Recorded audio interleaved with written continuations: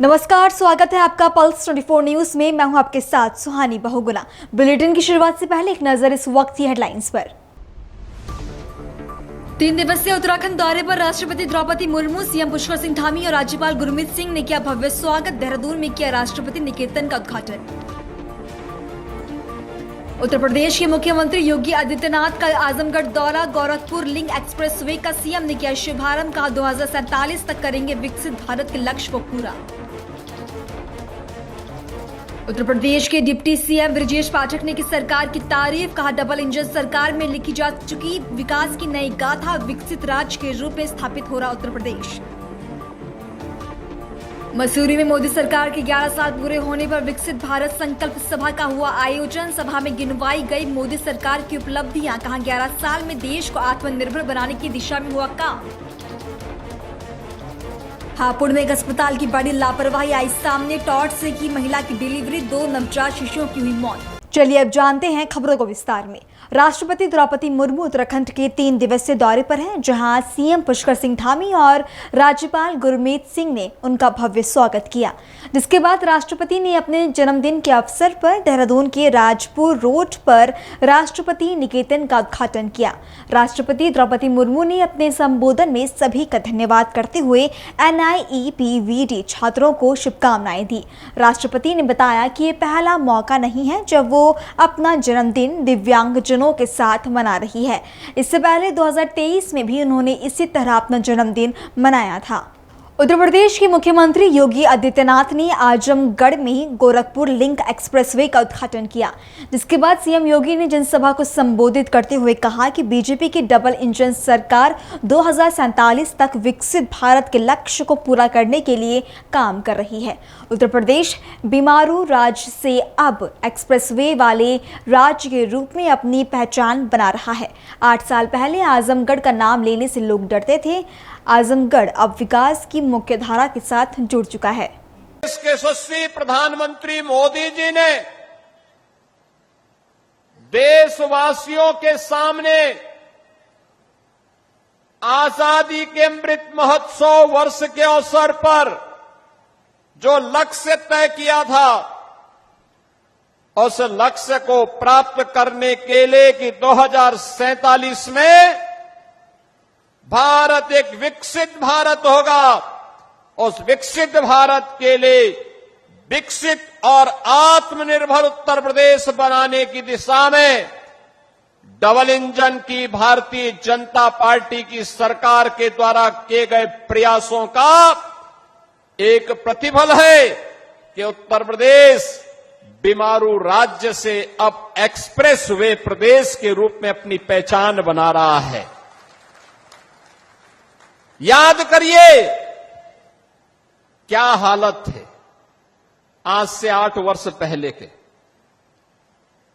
बहनों और भाइयों, उत्तर प्रदेश का नौजवान कहीं जाता था, उत्तर प्रदेश का कोई नागरिक जाता था, पहचान का संकट होता था, पहचान का संकट होता था। लोग आजमगढ़ का नाम लेने से घबराते थे, उत्तर प्रदेश का नाम लेने से घबराते थे। आजमगढ़, अरे इसने मुख्यमंत्री दिए, एक नहीं 2 मुख्यमंत्री इस आजमगढ़ ने दे, और इस आजमगढ़ को पहचान का मोहताज होना पड़ा था। लेकिन आज 8 वर्ष के अंदर प्रधानमंत्री मोदी जी के मार्गदर्शन में आजमगढ़ पहचान का मोहताज नहीं है। आजमगढ़ अब आजमगढ़ से अदम्य साहस का गढ़ बन चुका है। अब यह विकास की मुख्य धारा के साथ जुड़ चुका है। और इसके लिए तो प्रधानमंत्री जी ने कहा था कि विकास के लिए गति चाहिए, प्रगति के लिए गति चाहिए, समृद्धि के लिए प्रगति चाहिए। और जब गति होगी तो प्रगति होगी, प्रगति होगी तो समृद्धि होगी, और समृद्धि होगी हर चेहरे पर खुशहाली भी होगी। यही तो खुशहाली का राज है, और इसी खुशहाली के साथ आपको जोड़ने के लिए हम लोग आए हैं। याद करिए कितनी विकास की योजनाएं पिछले 8 वर्ष में आजमगढ़ में आई। पूर्वांचल एक्सप्रेसवे का शिलान्यास भी 2018 में, जुलाई 18 में प्रधानमंत्री जी ने किया था और उद्घाटन 2021 में पूर्वांचल एक्सप्रेसवे का उद्घाटन भी आदरणीय प्रधानमंत्री नरेंद्र मोदी जी ने किया था। याद करिए, 340 किलोमीटर लंबे इस एक्सप्रेसवे को अब मैं देखता हूं आजमगढ़ के लोग, मऊ के लोग, गाजीपुर के लोग सुबह जाते हैं लखनऊ और सारे निपटा करके वापस अपने गांव, अपने शहर में वापस आ जाते हैं। ये होती है गति और यही होती है प्रगति। जब हम लोग 2017 में आए थे, हमारे पास 1.5 एक्सप्रेसवे थे, यमुना एक्सप्रेसवे और आगरा लखनऊ एक्सप्रेसवे का काम आधा हुआ था। आज मुझे बताते हुए प्रसन्नता है, आधे काम को तो हमने पूरा किया ही। पूर्वांचल एक्सप्रेसवे की यात्रा का साक्षी आप बन रहे हैं। 2021 से लगातार बन रहे हैं। 2022 में बुंदेलखंड एक्सप्रेसवे चालू हो गया है, 300 किलोमीटर का है। पूर्वांचल एक्सप्रेसवे 340 किलोमीटर का बन करके पहले तैयार हो चुका है।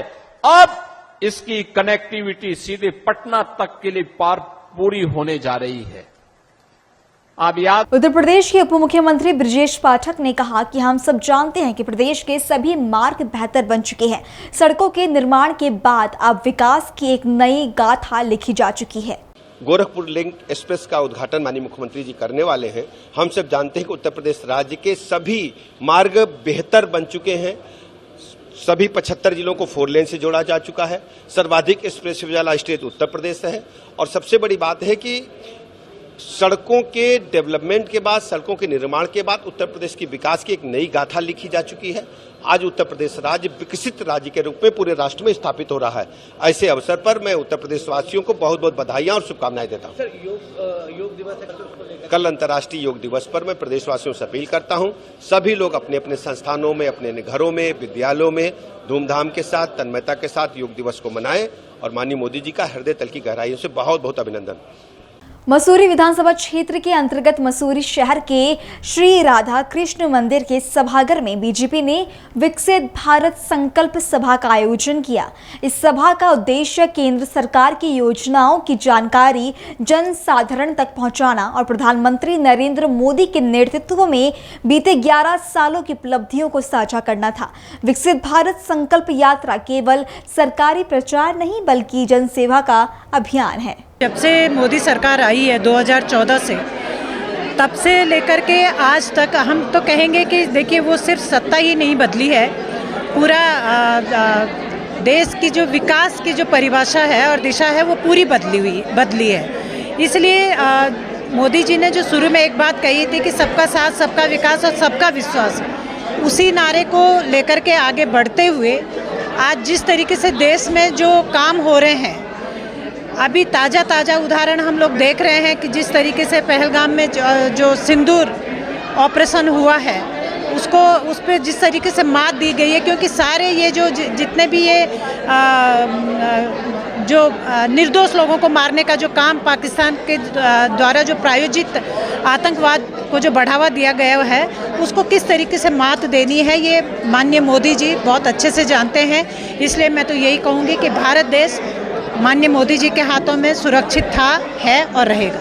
वर्ष के जो पिछले 11 वर्ष रहे हैं वो बहुत ही विभिन्न अलग प्रकार की योजनाओं से भरपूर रहे हैं, जिसमें भारत वर्ष जो है विकसित देशों की श्रेणी में 10वें स्थान से लेकर 4थे स्थान पर आ गया है। और हमें विश्वास है कि आने वाले 2 वर्षों में हमारा भारत वर्ष जो है, भारत राष्ट्र जो है, वो सबसे विकसित देशों की सूची में 30वें स्थान पर आएगा। जिस प्रकार के कार्य किए जा रहे हैं, कार्य कर रहे हैं, जिन प्रकारों के कार्यक्रमों का शिलान्यास किया गया है, जिन प्रकार की जन सुविधाओं को जन जन तक पहुँचाया जा रहा है, हमें पूरी उम्मीद है कि आज भारत जो है एक नवयुग में है और इसी नवयुग को मनाने के लिए, नवयुग की को सराहने के लिए 11 वर्ष का इस कार्यकाल को पूरा होने पर आज एक कार्यक्रम गोष्ठी के रूप में आयोजित किया गया था। इसमें मसूरी के लोगों ने बढ़ चढ़ कर हिस्सा लिया। हम सम्मानित मसूरी की जनता का धन्यवाद करते हैं और उम्मीद करते हैं कि सिर्फ मसूरी में ही नहीं, सिर्फ प्रदेश में ही नहीं, सिर्फ देश में ही नहीं, भारत का नाम पूरे विश्व में प्रसिद्ध होगा, ऐसा हमारी सोच। आज परम सम्मानित भारत के प्रधानमंत्री माननीय मोदी जी के 11 वर्षों का हम पूरे जो उन्होंने कार्य देश हित में किए हैं उनका विवरण देने के लिए जगह जगह एक कार्यक्रम कर रहे हैं। और मैं सबको ये बताना चाहूँगा कि जब से 2014 से मोदी जी की सरकार आई है तब से देश कितना सशक्त हुआ है। एक एक मामले आप देखेंगे, सबसे पहले जनधन योजना, आयुष्मान भारत में 50 करोड़ से ज़्यादा लोगों को लाभ मिला है। और जो यूपीआई जिसका कांग्रेसी मजाक उड़ाते थे हमेशा, चिदम्बरम ने कहा था कि कभी लागू हो नहीं सकता। पहले तो जनता के बीच में इंटरनेट लाना, दूसरा यूपीआई को बढ़ाना। यूपीआई का आज 75 करोड़ से ज़्यादा ट्रांजैक्शन हो चुके हैं। इस प्रकार की कई योजनाएं, आयुष्मान भारत मैंने बताया आपको, जनधन योजना, आपके शौचालय सारे पूरे देश में बने हैं गरीबों के लिए आवास बने हैं, मोदी आवास बने, प्रधानमंत्री आवास बने हैं, प्रधानमंत्री जन कल्याण योजनाएं जो गरीबों के लिए चलाई जा रही हैं। कितनी प्रकार की योजनाएं, एक बेहतर दिशा में ये जो कार्य हुआ है उससे आज देश सशक्त हुआ है। और कल की मैं आपको बताऊं, देश की सुरक्षा के मामले में सबसे पहले जो स्ट्राइक हुई थी बालाकोट स्ट्राइक, और उसके बाद ये ऑपरेशन सिंदूर हुआ है। इस मामले में पूरे विश्व में भारत विश्वगुरु बना है। और कल ही मैंने सुना है कि हमारे माननीय प्रधानमंत्री मोदी जी को अमेरिका के राष्ट्रपति ट्रंप जी ने फ़ोन किया था कि आप मेरे अमेरिका में रुकिए, आप मेरे पास आइए कुछ टाइम के लिए, लेकिन उन्होंने कहा मेरे पास समय नहीं, मेरे को देश की जनता का जाकर काम करना है। ऐसे हमारे प्रधानमंत्री मोदी जी के हम कार्यक्रम कर रहे हैं और आगे भी इस प्रकार से कार्यक्रम जनता के बीच में जाके हम करेंगे। खबर नैनीताल से, जहां लालकुआं तराई केंद्रीय वन प्रभाग रुद्रप्रयाग डिवीजन में वृक्षारोपण के लिए तैयारी शुरू हो गई है। हर साल की तरह इस बार भी वन विभाग की ओर से बड़े पैमाने पर डिवीजन में पौधारोपण कराया जाएगा। इस बार मॉनसून सीजन में डिवीजन में विभाग की ओर लगभग 6 लाख से अधिक पौधे लगाए जाएंगे, जिसमें 20% फलदार वृक्षों के पौधे लगाए जाएंगे।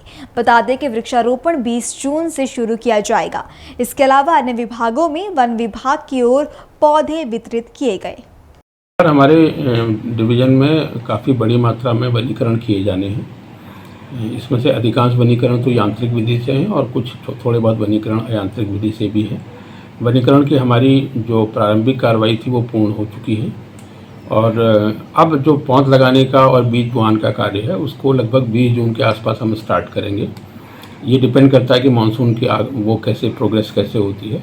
तो 20 जून के आसपास हमारा विचार है कि हम लोग इसकी तरफ सीरियसली कार्रवाई शुरू करेंगे और उसके अनुसार जो है जैसे ही मौसम अनुकूल होगा तो पौधे लगाए जाएंगे। जहाँ तक हरेले का पर्व है तो वो तो राज्य सरकार की प्राथमिकता का एक कार्यक्रम है और उसके लिए तिथियाँ भी निर्धारित हैं और उसमें हमको शासन से निर्देश भी प्राप्त होते हैं। तो जैसे भी निर्देश हमको मिलेंगे उनका पूरा का पूरा अनुपालन जिला स्तर पर हम लोग सुनिश्चित करेंगे। को लेकर के जिलाधिकारी का महोदय की अध्यक्षता में एक बैठक हो चुकी है। कई विभागों ने भी अपनी अभी हमको मांग दी है, कई विभाग अभी देने वाले हैं, उसका हम संकलन कर रहे हैं। साथ में मुझे लगता है कि जो निजी व्यक्ति हैं वो जब बरसात प्रारंभ होगी उसके बाद ही अपनी वो देंगे मांग वगैरह हमको। हमारा प्रयास ये रहेगा कि अधिक से अधिक संख्या में जो मांग है उसके अनुरूप लोगों को जो पौधे हैं वो उपलब्ध कराए। पौड़ी पुलिस अधीक्षक ने सभी थाना प्रभारियों को मानसून और कावड़ मेले को देखते हुए अपने अपने थाने क्षेत्र में आपदाग्रस्त थानों का चिन्हीकरण करते हुए थाने पर मौजूद पुलिस जवानों को आपदा प्रबंधन के संबंध में ट्रेनिंग देने के निर्देश दिए। खबर पौड़ी से, जहां पुलिस ने अज्ञात शव की गुत्थी सुलझाते हुए आरोपी पत्नी और उसके प्रेमी को बिजनौर से गिरफ्तार कर लिया है। हत्या का खुलासा करते हुए पुलिस ने बताया कि महिला ने अपने पति की हत्या संपत्ति विवाद और प्रेम प्रसंग के कारण की थी। दिनांक 5 जून को दुगड्डा क्षेत्र के अंतर्गत एक व्यक्ति का शव बरामद किया गया था। शिनाख्त करते हुए इस व्यक्ति की पहचान रविंदर कुमार निवासी बसंत कुंज नई दिल्ली के रूप में की गई। शव बरामद करने के उपरांत इनके परिजनों को इसकी सूचना दी गई और पोस्टमार्टम और पंचनामा की कार्रवाई हमारी पुलिस की टीम्स के द्वारा की गई। पोस्टमार्टम में ये पाया गया कि उक्त शव पर काफ़ी निशान हैं और कई चोटें भी हैं, जिससे कि ये प्रतीत हो रहा था कि शायद उक्त व्यक्ति का किसी ने मर्डर किया गया है।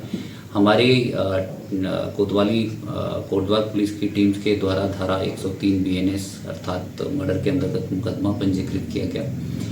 अब विवेचना शुरू की गई। विवेचना में ये तथ्य प्रकाश में आए कि उक्त व्यक्ति के द्वारा दूसरी शादी की गई थी और इस व्यक्ति की जो दूसरी पत्नी थी उनके साथ मनमुटाव के कारण इनकी दूसरी पत्नी व उनके प्रेमी के द्वारा ही इनका मर्डर किया गया है। हमारी टीम के द्वारा विवेचना में जितने भी साक्ष्य हैं उनको एकत्रित किया गया। CCTV व सर्वेलेंस के माध्यम से हम लोगों ने मर्डर के जितने भी एविडेंसेस हैं उनको एकत्रित किया। वह हमारी टीम्स के द्वारा इन दोनों अभियुक्तों को गिरफ्तार किया गया है। गिरफ्तारी करने के उपरांत इन दोनों को आज माननीय न्यायालय में पेश किया जा रहा है। उत्तर प्रदेश के हापुड़ से रोंगटे खड़े कर देने वाला मामला सामने आया, जहां स्वास्थ्य विभाग की लापरवाही एक बार फिर 2 मासूम जिंदगियों पर भारी पड़ गई। जी हां, फोन की लाइट से 2 महिलाओं की अस्पताल में डिलीवरी करवाई गई। अस्पताल में ना तो बिजली थी, ना डॉक्टर और ना ही आपातकालीन सुविधाएं, जिस कारण 2 नवजात शिशुओं की दर्दनाक मौत हो गई। दरअसल डिलीवरी के बाद दोनों नवजातों की तबीयत बिगड़ने लगी और उन्हें ऑक्सीजन की जरूरत पड़ी, लेकिन अस्पताल में ना तो जनरेटर चालू किया गया और ना ही ऑक्सीजन उपलब्ध कराई जा सकी। मजबूर होकर परिजनों ने जिला अस्पताल रेफर करने की मांग की, लेकिन एम्बुलेंस नहीं पहुंच पाई। जब तक प्राथमिक चिकित्सा मिलती, दोनों नवजातों ने दम तोड़ दिया। इस घटना के सामने आने पर एक बार फिर से स्वास्थ्य विभाग की लापरवाहियों पर सवाल खड़े हो गए हैं। सर, रात को नवजात बच्चों की मृत्यु का मामला सामने है। बताया गया है कि ऑक्सीजन प्लांट चालू न होने की वजह से मौत। क्या हमारे यहाँ प्रॉपर मात्रा में ऑक्सीजन के सिलेंडर भरे हुए रखे हैं, ऑक्सीजन कंसंट्रेटर चल रहे हैं, जनरेटर अभी भी चल रहा है, जनरेटर चालू अवस्था में है, इन्वर्टर भी हमारा चालू अवस्था में है। तो इस प्रकार की बात मेरे संज्ञान में अभी तक नहीं आई है, लेकिन मैं फिर भी इसकी गहनता से जांच कर रहा हूं और इसमें टीम गठित कर दी है, जिसमें मैं हूं और एक एडिशनल CMO है और एक DPM साहब है हमारे। तो सभी इसकी जांच कर रहे हैं। इसके निष्कर्ष पर हम पहुंचकर आपको पूरा बताएंगे। सर, पीड़ित का आरोप है कि मोबाइल की टॉर्च में लेबर नहीं, ऐसा नहीं है, क्योंकि वो जो डिलीवरी हुई है वो दिन में हुई है। तो दिन में तो मोबाइल उस समय जनरेटर हमारा चल रहा था, दिन में मोबाइल का कोई मतलब ही नहीं चलाने का। तो दोनों बच्चों की मौत ऑक्सीजन की कमी से हुई या क्या वजह रही? इनका जो प्रथम दृष्टया पता चला है, उनके गले में जो वो कोड होता है, आमनाल होता है, वो लिपटा हुआ था। तो अभी हम इसकी गहन जांच कर रहे हैं और हम इसकी पूरी पीड़िता से पूछेंगे। यहाँ से रेफर भी कहीं किया गया था? रेफर किया गया था। बच्चे को ऑक्सीजन की कमी हो गई थी, एस्फिक्सिया हो गया था, तो उन्हें तत्काल यहाँ से SNCU रेफर किया गया था और एम्बुलेंस के माध्यम से किया गया था। एक मरीज को, बच्चे को ALS के माध्यम से किया गया था, दूसरे को 108 के माध्यम से किया गया था। क्या कार्रवाई की गई है? कार्रवाई अभी हम जांच कर रहे हैं, जांच के निष्कर्ष पर पहुंचकर बताएंगे। सर, लेट बताया जा रहा है, एम्बुलेंस जो लेट आई थी। एम्बुलेंस ALS यहीं पर खड़ी है, अभी भी खड़ी हुई है, यहीं पर खड़ी रहती है, तो उस लेट का सवाल नहीं है। 1 बजे इन्होंने रेफर किया है। सर, क्या नाम है आपका? मेरा नाम सतीश कुमार है जी। सर, क्या मामला हुआ है? वहाँ पे अस्पताल में बच्चे को, मेरी बेटी है, वहाँ पे उनको एडमिट किया। 4 बज के कुछ मिनट पे, 10 बज के कुछ मिनट पे डिलीवरी हुई, लेकिन उसके बाद में बच्चा मरा हुआ। उन्होंने वहाँ पर ऑक्सीजन की भी कोई व्यवस्था नहीं थी, ना ही बच्चे का पानी निकालने की व्यवस्था थी, ना ही लाइट की व्यवस्था थी। गाड़ी पौन घंटे बाद वहाँ पे मिली है। एक वहाँ इमरजेंसी गाड़ी खड़ी थी, उसने बोला कि वो पहले उसको फ़ोन किया है, पहले वो आएगी, मैं बाद में जाऊँगा। डिलीवरी किस व्यवस्था में की गई थी? अंधेरा था या फिर किस चीज़ से की गई थी? नहीं, डिलीवरी अंदर ही हुई थी, बाहर अंधेरा था। जब वो बच्चे को निकाला वो अंधेरा हो गया था, लाइट बत्ती अंधेरा हो गया, लेकिन फिर मोबाइल की टॉर्च से दिखा करके तब वहाँ पे उसको करा था बच्चे को। अधिकारी से बातचीत हुई आपकी? कोई नहीं हुई सर। वहाँ पे सिर्फ एक डॉक्टर नहीं थी जो बक्सर की है। कितने बच्चों की मौत हुई है? 2 बच्चों की हुई थी, एक दिन में हुई है और एक रात 10 बजे हुई है। अधिकारी से बात हुई, उन्होंने क्या कहा? वो तो कुछ नहीं, बस रेफर कर दिया। हम तो सब बच्चे के साथ चले गए। आप सरकार से क्या चाहते हैं? कि वहाँ की व्यवस्था बनाई जाए। आज तो हमारा बच्चा गया, कल को और दूसरों को भी, हम गरीब आदमी जाते हैं वहाँ अस्पतालों में। खबर उत्तर प्रदेश के मथुरा से, जहां कस्बा शेरगढ़ में इन दिनों भूमाफियों का गिरोह सक्रिय है। बता दें कि भूमाफिया सरकारी जमीनों पर लगातार कब्जा कर रही हैं। वहीं मामले की शिकायत लेकर जब एक पत्रकार थाना शेरगढ़ पहुंचा तो दबंगों ने इसके साथ भी मारपीट की, जिसके बाद प्रशासन इस पूरे मामले की जांच में जुट गई है। पर्चा दे पहले। मेरा नाम राम कुमार तिवारी है। मैं पेशे से पत्रकार हूँ। मैंने कुछ भूमाफियाओं के खिलाफ 3-4 दिन से लगातार एक खबर चलाई थी, उसके लेकर पेड़ कटने को लेकर और भूमाफियाओं के द्वारा ज़मीन को घेरने के चक्कर में। तो आज एक जो है भूमाफिया द्वारा यादराम मित्तल जी का मकान घेरा जा रहा था, जिस पर उन्होंने अवैध तरीके से ताला लगा दिया था। उसकी शिकायत लेके मैं थाने गया तो वहाँ पे एसआई संजीव ने मुझे वहाँ पे बुलाया और वहाँ ऑलरेडी भूमाफिया 4-5 लोग खड़े हुए थे। मैं अकेला था। मुझे थाने में ही उन्होंने मारपीट करना स्टार्ट कर दिया। पहले गाली गलौज दी, फिर मारपीट कर दिया। अभी तक थाने में शेरगढ़ के अंदर मैंने परसों अपनी जान माल सुरक्षा के लिए एक मुकदमा पंजीकृत करने के लिए एप्लीकेशन दी थी, उसका भी अभी तक कुछ नहीं हुआ है। आज जो दिया था वो नहीं हुआ है और अभी जो मेरे साथ मारपीट हुई है उसका भी अभी तक कोई मामला दर्ज नहीं हुआ है। ये जो भूमाफिया है कैसी जमीनों पर कब्जा कर रहे हैं? ये गांव समाज की जो ज़मीन है उस पर अवैध पट्टे बना के लाते हैं, उस पर अवैध तरीके से पुलिस की सांठ गांठ से जो है कब्जा करते हैं। कहाँ का मामला है जो ये थाना शेरगढ़ कच्चा तालाब पर एक जगह अभी घेरी है। उसके पहले उन्होंने जो है कई सारी ज़मीनों को घेर चुके हैं। इसके अंदर जो है नीरज और महेश प्रधान, कथाकथित प्रधान जो हैं, जबकि गुर्जर जात का प्रधान है और वो ब्राह्मण जात के हैं। ब्लड रिलेशन में जो है प्रतिनिधि निर्धारित होता है, फर्जी तरीके से प्रधान बने हुए हैं और सबको दिखाने के लिए कहते हैं मैं प्रधान हूँ।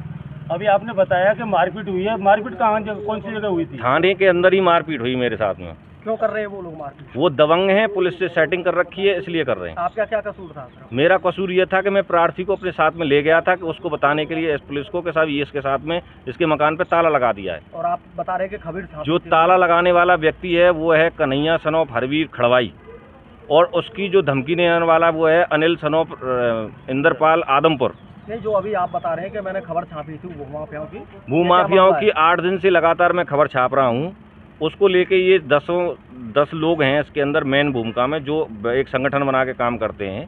इनकी जो है बहुत हाई लेवल तक अप्रोच बनी हुई है और कथाकथित तरीके से प्रधान पद पे बैठे हुए हैं और जो कमीशन आता है, जो उसकी योजनाएं आती हैं, उनको अपने आदमियों को लाभ दिलवाते हैं। ये खबरों से चिड़े हुए हैं किस बात को लेकर के? ये बेशकीमती ज़मीन है जिस पे रोड पे उसको कब्जा करना चाहते हैं। 6 महीने की प्रधानी रह गई है। वो ये चाहते हैं कि जितना कुछ लूट सकते हैं हम जनता से उसको लूट के और घर चले। आपने अभी इसी महीने के अंदर उन्होंने करोड़ों रुपए का ट्रांजैक्शन किया है और करोड़ों रुपया उन्होंने अभी ग्राम पंचायत की जमीन को बेच के कमाया है। जब सरकारी जमीनों पर कब्जा हो रहा है तो तहसील के अधिकारियों को तहसील के अधिकारी और पटवारी कुलदीप सब मिले हुए हैं उसके अंदर। सबको पैसा मिला, सबको 10-10% का शेयर है। किस किस को पैसा गया है? पटवारी को जो क्रेटा गाड़ी चलती है उसको भी भूमाफियाओं ने दिया है। तो अधिकारियों को कैसे दबा दूंगा?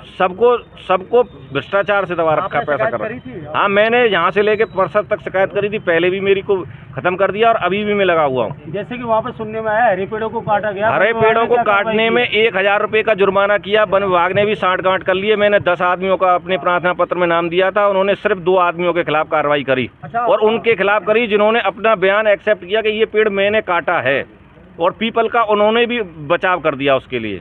अच्छा, आप ये बताएं, आप पीड़ित हैं और आपका यहाँ पर 151 में चालान भी हुआ है, तो आप बहुत मेरे को ही पीटा जा रहा है पुलिस द्वारा। मेरे के साथ में 151 की कार्रवाई की जा रही है और भूमाफियाओं को संरक्षण दिया जा रहा है। थाना शेरगढ़ इसमें लिप्त है। अब आप क्या चाहते हैं? मैं आपके माध्यम से उच्च अधिकारियों से ये चाहता हूँ, वैसे मैंने सबको सूचित कर दिया है कि जो इसकी निष्पक्ष तरीक़ा से जाँच कराई जाए और जो भूमाफिया हैं उनके खिलाफ कार्रवाई करके उनको जेल भेजा जाए, उनके मकान तोड़े जाएं। हापुड़ के थाना सिंभावली पुलिस की चेकिंग के दौरान बदमाशों के साथ मुठभेड़ हो गई, जहां जवाबी कार्रवाई के दौरान पुलिस ने एक बदमाश को घायल अवस्था में गिरफ्तार किया, जिसके कब्जे से अवैध असलहा, कारतूस, एक बाइक बरामद की गई। आपको बता दें कि बदमाश पर गौकशी, हत्या का प्रयास, अन्य अपराधों के करीब 12 से ज्यादा मामले दर्ज हैं, जिसके बाद अब पुलिस ने मामले में आगे की कार्रवाई शुरू कर दी है। आज रात्रि थाना सिंभावली पुलिस द्वारा बक्सर रेगुलेटर मार्ग पर चेकिंग की जा रही थी, जहां एक संदिग्ध को रोकने का प्रयास करने पर वह भागने लगा तथा पुलिस पार्टी पर फायर किया। पुलिस पार्टी द्वारा आत्मरक्षा की गई फायरिंग में अभियुक्त जाहिद, जो कि ग्राम हसूपुर थाना गढ़मुक्तेश्वर का रहने वाला है, उसके पैर में गोली लगी है। उसके पास से एक तमंचा, एक खोखा कारतूस तथा एक जिंदा कारतूस तथा एक बाइक बरामद हुई है। वह थाना सिंभावली के गोकशी के मुकदमे में वांछित चल रहा था तथा उस पर लगभग 1 दर्जन मुकदमे पंजीकृत हैं। अभियुक्त को अस्पताल इलाज हेतु भिजवा दिया गया तथा आवश्यक विधिक कार्रवाई कराई जा रही है। फिलहाल बुलेटिन में इतना ही। देश और दुनिया की बाकी तमाम खबरों के लिए आप बने रहें पल्स 24 न्यूज के साथ। नमस्कार।